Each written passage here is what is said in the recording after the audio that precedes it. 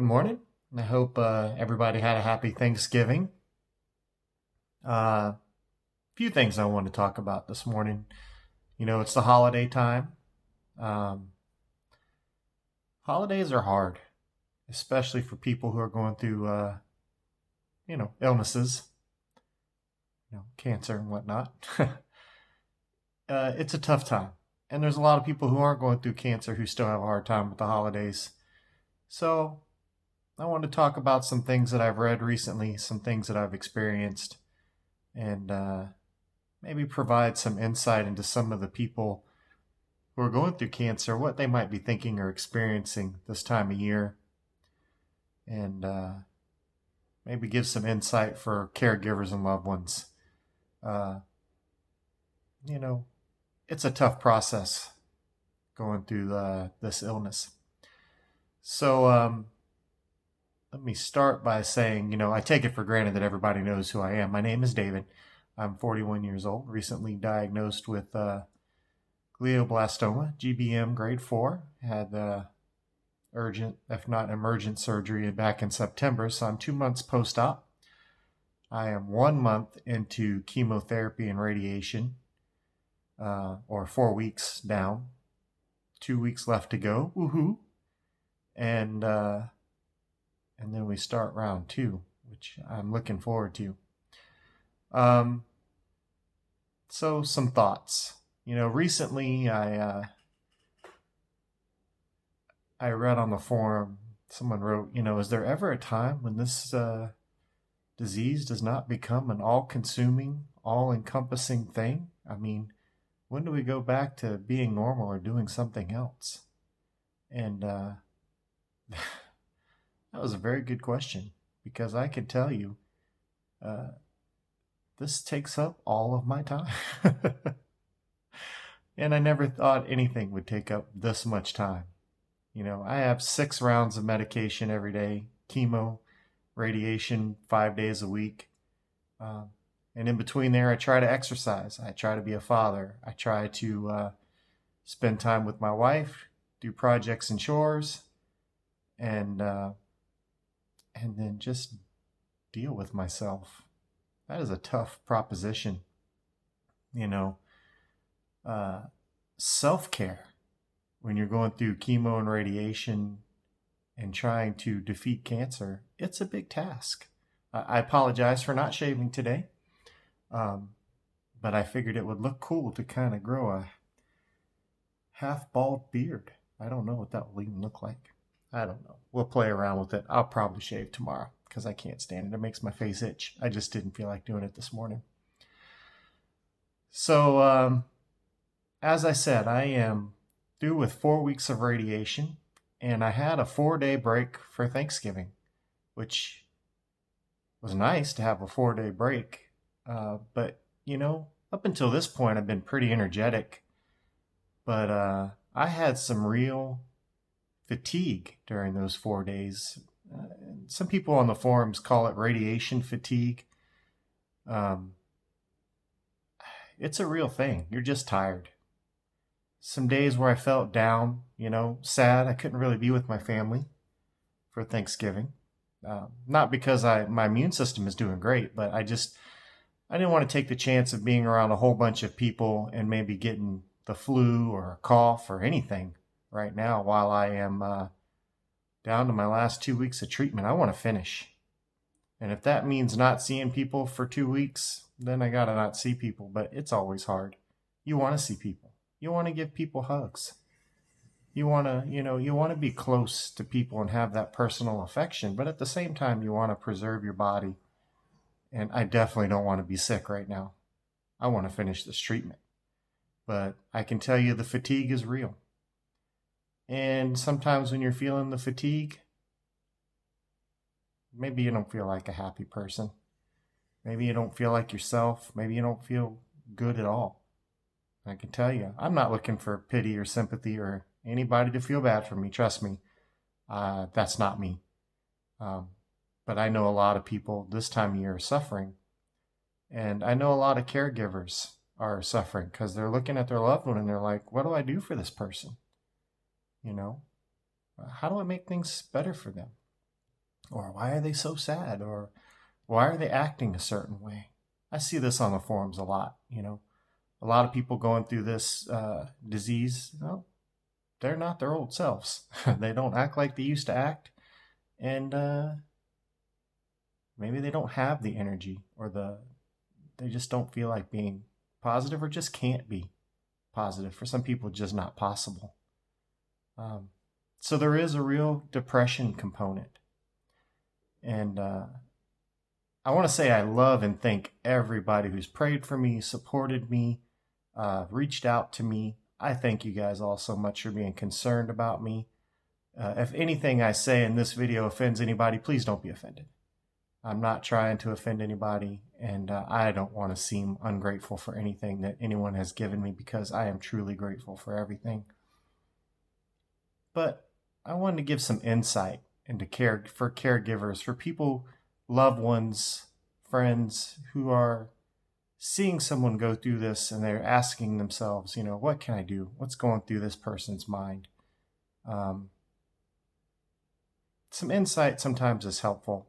And, I can't speak for everyone who has brain cancer.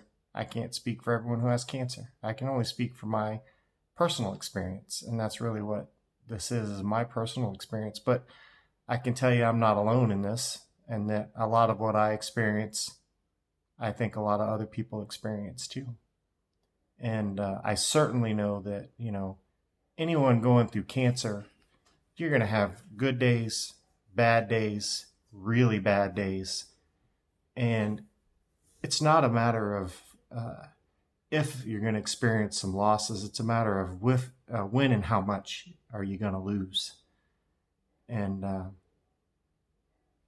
that's a very real thing. For me, so far, it's been I lost some hair, My hair is falling out and growing back at the same time, which is kind of crazy. I have to trim it again. It doesn't fall out like you want it to. And I talked in my other video about why I didn't just shave my whole head. It's kind of a neat haircut. I really like it. But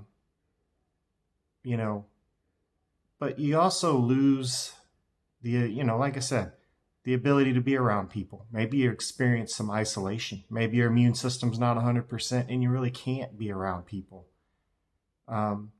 Maybe you don't have the energy to be around people. One of my problems is I really care about people. And if I ask you how you're doing, that means I care about you and I want to really know how you're doing. But that doesn't mean that I'm really able to process that or do anything about it, or, it's just different. You're not with people in the way you were when you were healthy and strong and vibrant. You are, with people in a vulnerable state. And being vulnerable is never easy. Nobody wants to be sick or vulnerable or tired and fatigued or, wiped out or grumpy or sad. I can tell you this past couple of days, I was sad a few days. A couple times I was just sad. And you don't really want to talk to people when you're sad. And you don't want to tell people you're sad because it makes them sad. And it kind of becomes this building thing where, well, now both of us are sad together. We're really sad. Or sometimes you're angry or frustrated. I'm human. I don't want to be human. I'd rather be a Vulcan, but I'm human.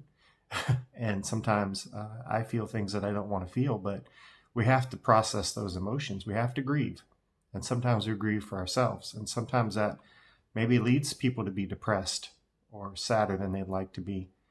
I wouldn't call myself depressed right now, but there are many days where I don't feel super great.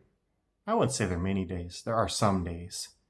This last 4 days, the radiation fatigue was real. I was tired. I was grumpy. I was agitated. I really didn't want to be around anyone. Even my poor wife, can tell you I just don't want to be around anybody. I don't really even want to talk to people. Because, I'm going through what I'm going through. And I will be positive.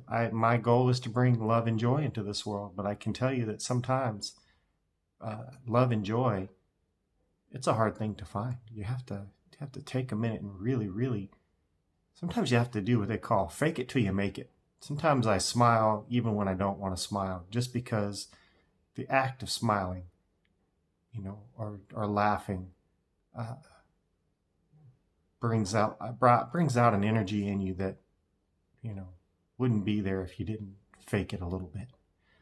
And so sometimes we fake it till we make it. Sometimes we fake it a lot. And I know a lot of people with this disease, that's what we do. We fake it a lot because this is an all encompassing, all consuming illness that takes every minute of your day. Like I said, medication, self care, treatment. And then you have other things that people can't really get a sense of. Having had surgery for brain cancer is kind of like having a snake wrapped around your head, and you never know when this thing is going to bite you. My head will spasm and it will just hurt. So you're dealing with pain and loss and fear. And, I don't know how this is going to turn out any better than anybody else does. What's tomorrow going to be like? These treatments have side effects. So I don't know from one minute to the next how I'm going to feel, or,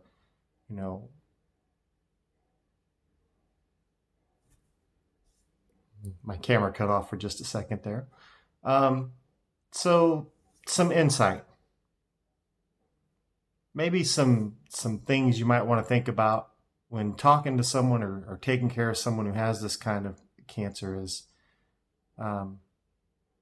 just know that they may not be able to tell you everything that they're feeling or experiencing, and they probably don't want to tell you everything that's going on with them.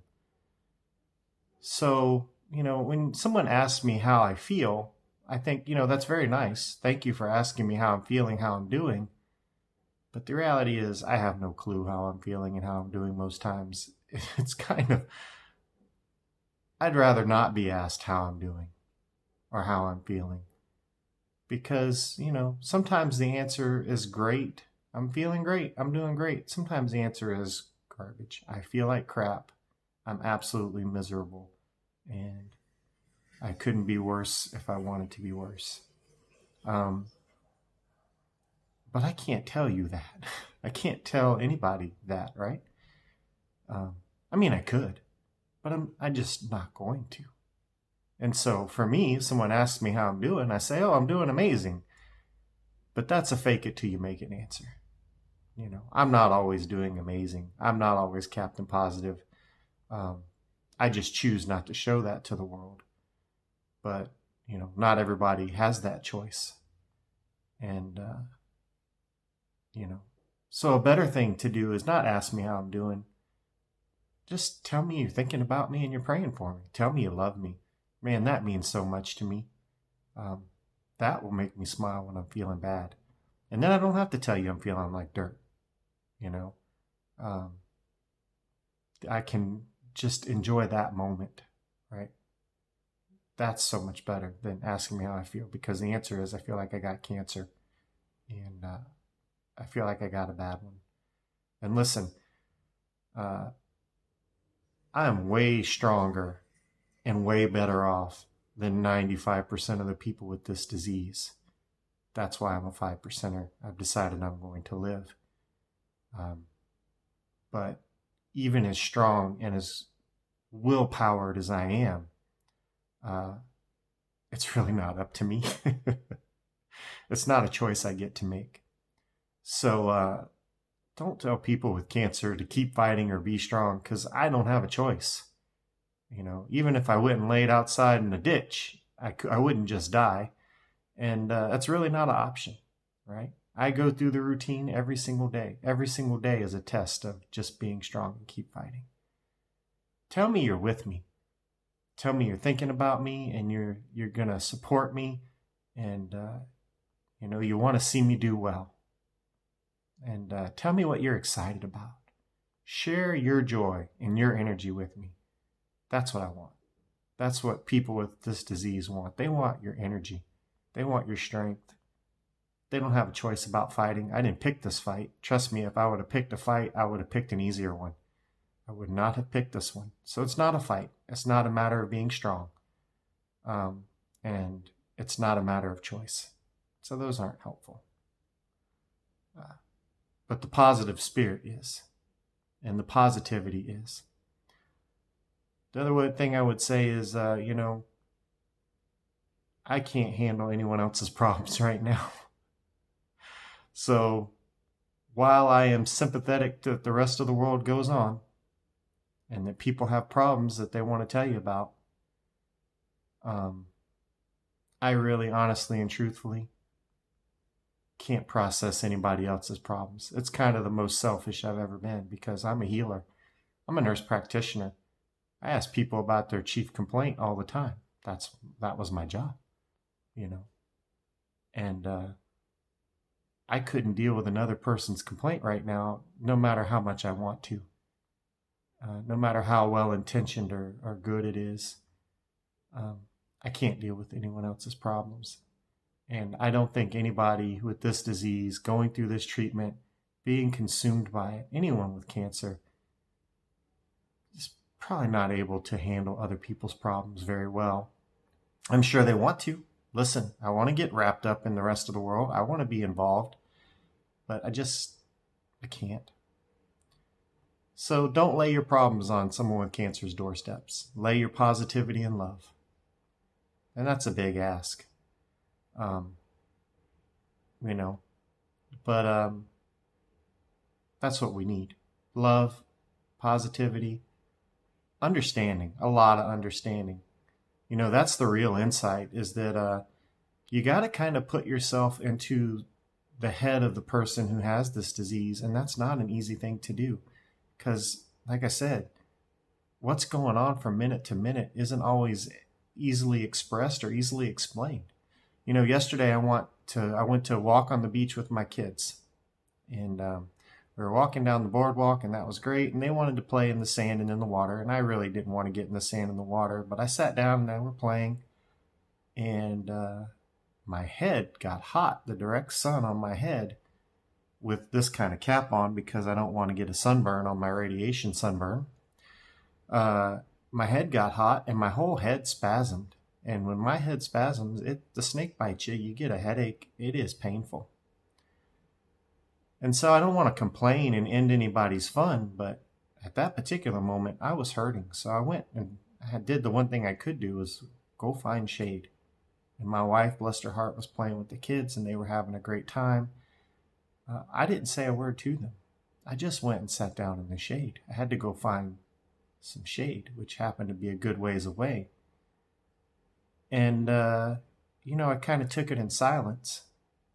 And I think that's what a lot of us do. We just kind of take it in silence and we don't share with the rest of the world, what's going on. So know that your loved one is experiencing things that they're not going to tell you about. And also know that you probably aren't going to get an honest answer if you ask them anyway. If you say what's wrong, they probably can't tell you exactly what's wrong. So short of being psychic, you're going to have to kind of look and evaluate them. I would say look at the person you love and say, does it look like they're having pain right now? Do they look like they're happy or comfortable? Think about, what's their expression like? What's their demeanor like? You can tell when I have a headache now. It's just kind of interesting because my eyebrow will spasm, and it's actually pretty significant, and my whole head will spasm. And so it's kind of funny now because my wife knows when I have a headache because she can see it, and my whole scar will pucker. For what it's worth, that's my insight. Like I said, I don't want to complain. I don't want to offend anybody. I love the everything that everyone has told me. I love my family and my support group, and God has been amazing to me. So I would never say anything against anyone. Just know that some things are helpful and some things are not. And the most helpful things are positivity and love.